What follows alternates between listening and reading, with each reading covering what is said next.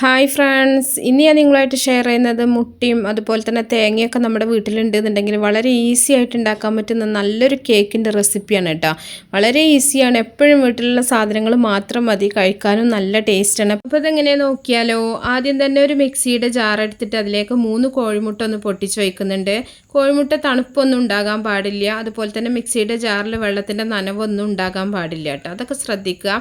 എന്നിട്ട് നമുക്കിതിലേക്ക് ഒരു 1/2 കപ്പ് പഞ്ചസാരയും കൂടെ ചേർത്തിട്ട് നല്ല പോലെ ഒന്ന് അടിച്ചെടുക്കുക. പൊടിക്കാത്ത പഞ്ചസാരയാണ് 1/2 കപ്പ് ചേർത്തിട്ടുള്ളത്. അടിച്ചെടുത്തതിന് ശേഷം നമ്മളിതിലേക്ക് 1/2 കപ്പ് തേങ്ങ ചിരകിയതും കൂടെ ചേർത്തിട്ട് വീണ്ടും നമ്മളൊന്ന് അടിച്ചെടുക്കണം. ഇത് ഫ്രഷ് ആയിട്ടുള്ള തേങ്ങയാണ് ചേർത്തിട്ടുള്ളത്. നിങ്ങൾക്ക് വേണമെന്നുണ്ടെങ്കിൽ ഡെസിക്കേറ്റഡ് കോക്കനട്ട് ചേർക്കാം. ഇനി ഇതിലേക്കൊരു 2 ടീസ്പൂൺ ഓയിലാണ് ചേർത്ത് കൊടുക്കുന്നത്. തേങ്ങ ചേർത്താൽ കാരണം തന്നെ ഓയിൽ ഒരുപാട് ആവശ്യമില്ല. ഇനി ഇതിലേക്ക് 1 ടീസ്പൂൺ ബേക്കിംഗ് പൗഡറാണ് ചേർത്തിട്ടുള്ളത്. ഒരു നുള്ളു ഉപ്പും കൂടെ ചേർക്കുന്നുണ്ട്. അതുപോലെ തന്നെ നമ്മളിതിലേക്ക് 1 കപ്പ് മൈദയാണ് ചേർക്കുന്നത് കേട്ടോ.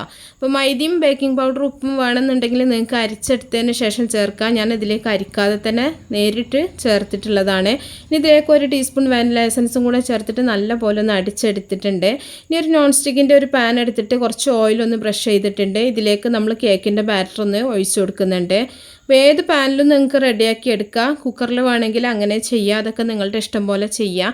ഇതിൻ്റെ മുകളിലായിട്ട് കുറച്ച് തേങ്ങ ചിരകിയതൊന്ന് ഇട്ട് കൊടുക്കുന്നുണ്ട് കേട്ടോ. അതിന് പകരം നിങ്ങൾക്ക് എന്തെങ്കിലും നട്ട്സോ അല്ലെങ്കിൽ ചെറിയോ ഒക്കെ വെച്ചിട്ട് നിങ്ങൾക്ക് ഗാർണിഷ് ചെയ്യാം. ഇനി ഇത് നന്നായിട്ടൊന്ന് തട്ടി കൊടുക്കുക. അതിൻ്റെ ഒരു എയർ ബബിൾസ് ഒക്കെ ഉണ്ടെന്നുണ്ടെങ്കിൽ പുറത്ത് പോകാൻ വേണ്ടിയിട്ടാണ്. ഇനി ഇതിൻ്റെ മുകളിലായിട്ട് കുറച്ചും കൂടെ തേങ്ങ ചിരകിയത് ചേർക്കുന്നുണ്ട് കേട്ടോ. അപ്പോൾ ഇത് നമ്മൾ കഴിക്കുന്ന സമയത്ത് നല്ല ടേസ്റ്റാണ്, തേങ്ങയും കൂടെ കഴിക്കുമ്പോൾ, അതിന് വേണ്ടിയിട്ടാണ്. അപ്പോൾ നിങ്ങൾ അതൊക്കെ നിങ്ങളുടെ ടേസ്റ്റിനനുസരിച്ചിട്ട് നിങ്ങൾക്ക് ചെയ്യാൻ പറ്റും. ഇനി അടച്ച് വെച്ചിട്ട് നമ്മളിത് ഒരു പഴയ തവയോ അല്ലെങ്കിൽ ഒരു പാനോ അടുപ്പത്ത് വെച്ച് നല്ല പോലെ ചൂടാക്കിയിട്ട് അതിൻ്റെ മുകളിലാണ് നമ്മൾ ഈ ഒരു പാന് വെച്ച് കൊടുക്കുന്നത്. ഇനി ഇതിൻ്റെ ആ ഒരു ലിഡിൻ്റെ ആ ഒരു ഹോള് നന്നായിട്ടൊന്ന് അടച്ചു കൊടുക്കുക. ഒരു പേപ്പർ എന്തെങ്കിലും വെച്ചിട്ട് അടച്ചാൽ മതി.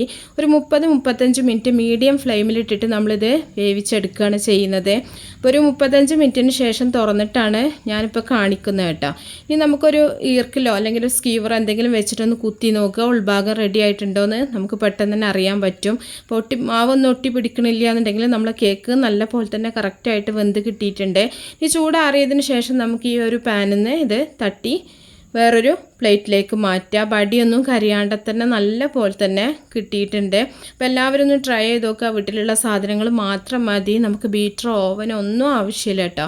വളരെ ഈസി ആയിട്ട് നല്ല സോഫ്റ്റ് ആയിട്ടുള്ള ഒരു കേക്കാണ്, കഴിക്കാനും നല്ല ടേസ്റ്റാണ്.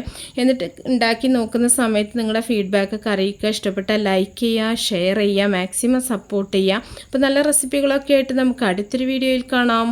ഓക്കേ.